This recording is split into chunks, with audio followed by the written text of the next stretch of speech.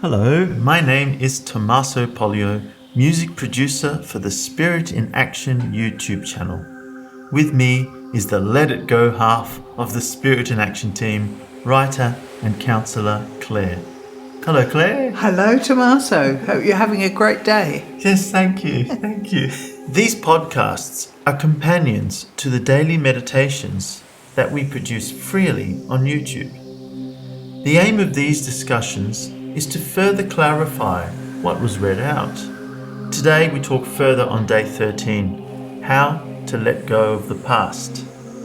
As always, I'd like to start with a quote from this wonderful talk. Most of us have been hurt at some time in our lives, and some people have a very traumatic past. But at some point, we must make the decision to move forward in our life and let go of past hurts. For me, it's easier said than done. Past hurts are quite powerful beasts, even the unconscious hurts.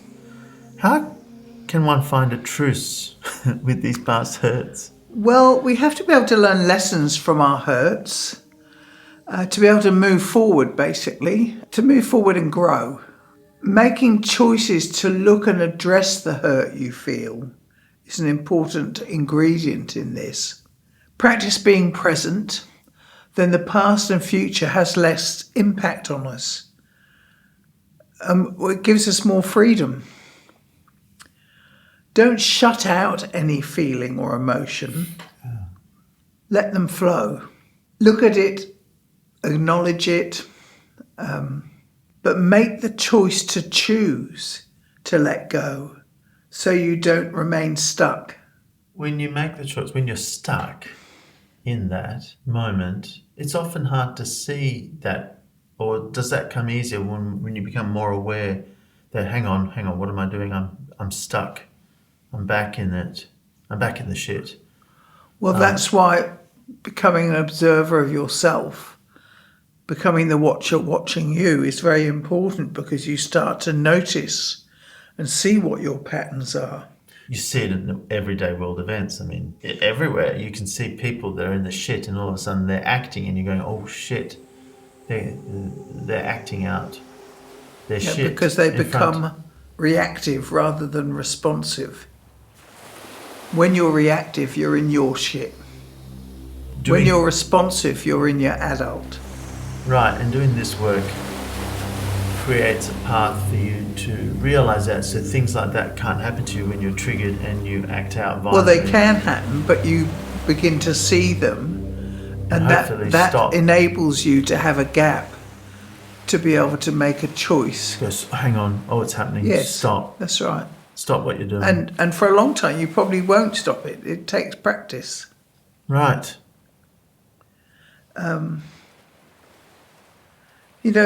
Forgiveness is an important part of the healing process, because it allows you to let go of guilt, sadness, anger, and shame.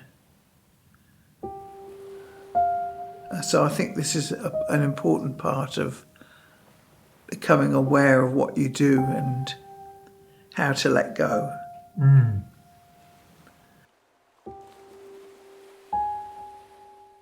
Another thing you say in the talk is we can spend our time ruminating and rehearsing the past, which, by the way, we cannot change, or make a choice to move on. That's very interesting. We cannot change the past, but we can make a choice to move on.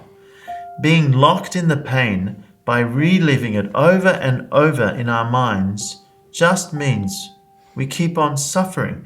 I mean, I find this comment so powerful and true. And seeing and being aware of these patterns is a doorway out of this cycle. I mean, we've already touched upon this. Yeah, so being aware of your patterns and reactions is a start of being able to deal with them, with what's there, basically. Rumination does not change anything. It keeps you locked in your old cycle of pain and suffering, basically, until you start to use it as a starting point to recognise what you do, and then learning how to stop it, or to stop what you do, basically. Stop what you do. All feelings are permitted and acceptable. It's important to feel them fully, But then we have to be able to move on and let go at some point. If you hold on to old hurts, you relive them over and over again, and that's when you can get stuck in them. You have to basically make a decision to let go. It must be a conscious choice. And that means accepting a choice to let go, to stop reliving past hurts and pains.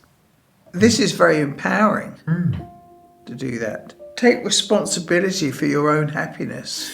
Your happiness is your responsibility, right? Yeah, and it stops you being a victim. You cannot undo the past, but you can make today the best day of your life. Yeah, I mean, that point has completely changed my life. That point seems so simple when you tell me, but how is it I forget this all the time? How is it Well, I think it's only natural. that you just forget? Well, I think we're so habitually stuck in the old habits, opinions, and belief systems that we don't realise what a huge impact it has on us in mind and body. Does that happen, of course, as we get older? We retain more of this life in us. Yeah, of course. And is that why, let's say, if people believe in rebirth, that is why they say, well, how come we can't remember our past lives? Is that the reason why, that if we kept remembering our past lives, we'd be just so overburdened with all these past conditionings that we... Well, possibly. I think it's about us learning to recognise what's going on within us. And as we begin to recognise that more and more, then that's when we can learn to stop it and change it. And see the past hurts that have been brought on over. And know that you don't want to keep reenacting it. And it's not about now. So, the hurts basically creep back into your mind. You really need to acknowledge them briefly, then bring yourself back into the present moment.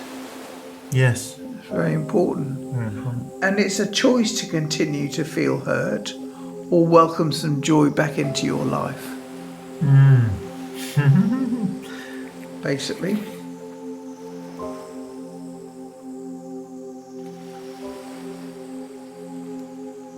As usual, I'll quote again from this. This talk was wonderful. Another wonderful thing that you say is, don't define yourself by past hurts or by being a victim. That past is only a fraction of what is possible for you. Stop dwelling on the past. Your present experience in the now is what keeps the past alive. Could you perhaps elaborate on this point? Well, basically, when you dwell on the past, you taint your experience in the now. It just keeps repeating again and again. It's about making the choice to be present and no longer locked in the old pain and suffering. So another thing you say is there is a biochemical response to the past in the body. When triggered, you will feel it. We've seen it happen as usual out there. Allow it, but let it run through you. Do not feed it or run off with it. Become the watcher, watching yourself. So who is this watcher? Who is the watcher? Well, we all play mental movies in our minds and our heads, often devoid of conscious presence. The watcher watching the watcher comes from ancient Buddhist tradition. It is when you watch your thoughts, you put attention on them without judgment, basically, or doing anything. You bring presence to them, and that can change your habits, because rumination is what causes most suffering. So you are watching yourself. You can stop thinking if the thought is right or wrong, good or bad. Usually it comes about understanding what part of me is thinking this. Is it you at 4 years old or 10 years old? After a bad experience or event, or after an accomplishment? Then the question can shift, can say, but this part of me is no longer here. So who is saying that? But observe it As you watch your mind, you discover yourself as the watcher. You is the consciousness, the soul. The watch, is it just the life force? Is it just the source watching all this? Is the thing that we go back to after we pass on? Well, yes, because it is the consciousness. So it's just consciousness watching out through a lens, or Yeah, it's you watching you. you watching you play things out. Is that why when, let's say when an accident happens, I've seen this happen with a car accident, which I've been in. I've noticed when the car accident happened, everything slowed down. It's just fascinating. Like, I swear it was taking forever. And then you think, well, I could have avoided that but not really, because Yeah, because Is what is time? what is time?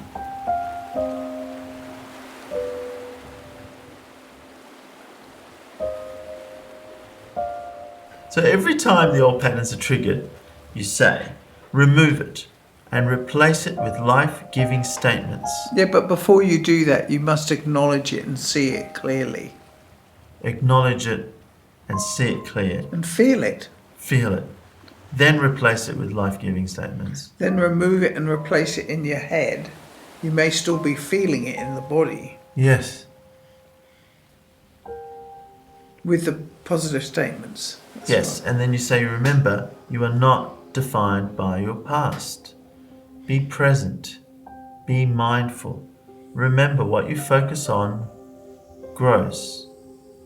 I find myself flitting in and out of unconscious thoughts and actions like that. I do find myself focusing on things. Well, also the media likes us to remind us what to focus on.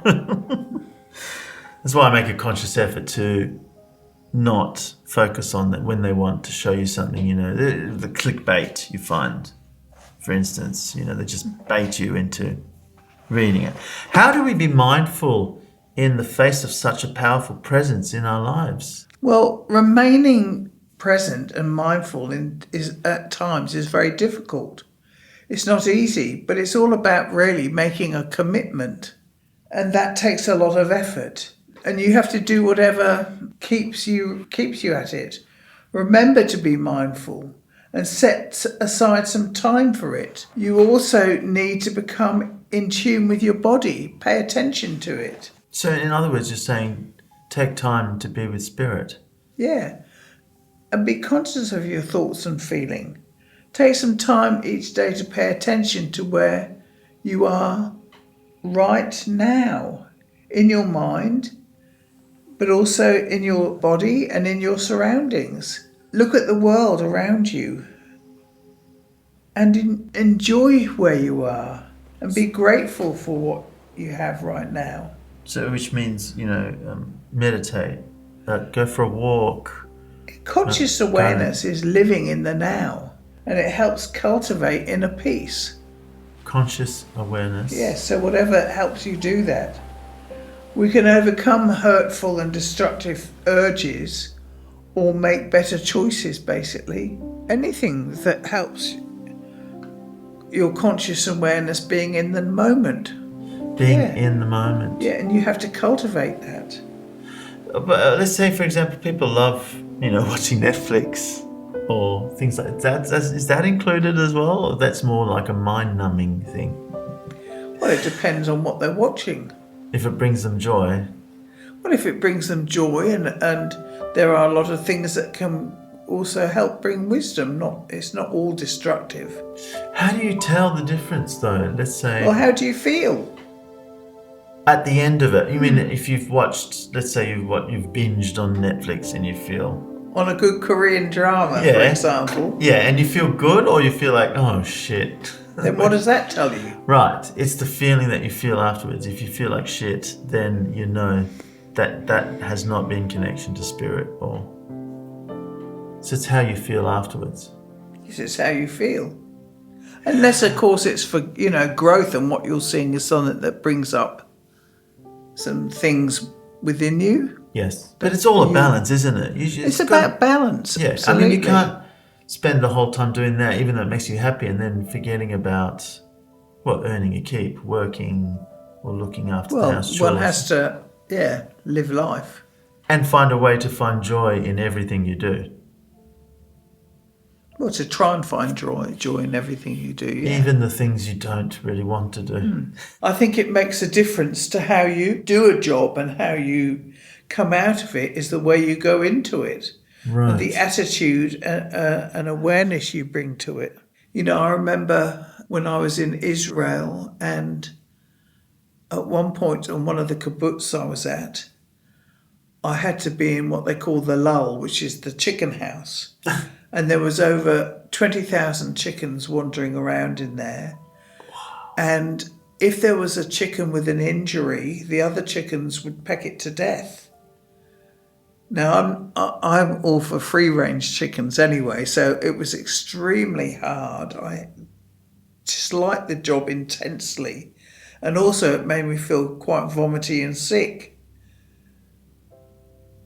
But I did what I had to do and got the injured chickens, even though they were going to be put to death, out, because I thought it would be less painful for them And quicker. and quicker than pecked to death. So what do you do? You know, you've got to make choices all the time. I mean, I asked not to be put in there, but you didn't have a choice. Really? It's funny, I have chickens, and watching them is quite a reflection on what I see in world events. For example, at the moment, there are two lady chickens fighting over one basket. Now, I have lots of baskets back there, but they are fighting over one basket. You know, one chicken. As I say, there's a pecking order. There's a pecking order, and one chicken lays the egg, and the other chicken goes, no, fuck you, and she rolls it out and breaks it. And then they start this war over one basket. And I am at the moment of, providing sanctions to stop this little war happening. But it's so interesting seeing these two chickens fight. I'm going, on a broader scale, we can see this happening outside in the real world, where this is happening on a massive scale, and you're going, what the hell? It's the same fight over a basket. And then I look out in the world and go, well, they're doing the same thing. It's just amazing. And the pecking order thing too is fascinating, watching them do that, how they pick on the weakest one unless they fight back and have boundaries. Anyway, it just blows my mind watching this little microcosm, and then how it pans out to the rest of the world.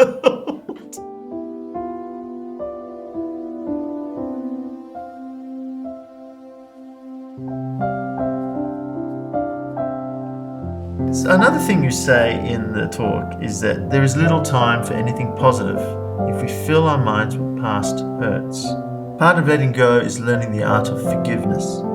Learning to forgive those who may have hurt us and forgiving ourselves takes great courage. We never condone someone else's bad behaviors, but understand that forgiveness frees us. It gives back our power, giving you permission to move on. These are very freeing comments. Forgiving those who have hurt us takes great courage. It is easier to hate them, so much easier, and temporarily satisfactory.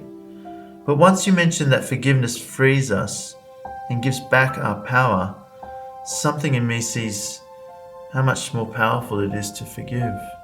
Well, forgiveness does not mean excusing or forgetting any harm done to us. Yes, okay. But it can lead to feelings of understandings, compassion and empathy. And it not only frees you, but allows you to bring you a kind of peace that basically helps you move on with your life. Forgiveness is a choice and can be a gift to yourself and others. It's a conscious decision to let go of feelings of resentment and vengeance towards a person or group who may have caused you harm. Forgiveness leads you down a path of spiritual, emotional, and physical well-being, basically. It's an important aspect of healing. Well, it makes you the stronger person too. It's a lot harder too. It's much harder. Yeah. It's not easy to forgive. And it may take a long time, but that's okay.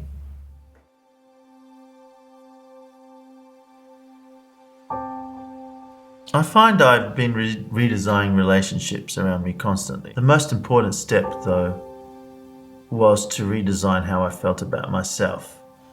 Is relationship with self paramount to redesigning relationship with others? As Jesus said, heal thyself. Know thyself, because through knowing yourself and having a relationship with yourself basically enables you to have deeper and more authentic relationship with others, doesn't it? Yes.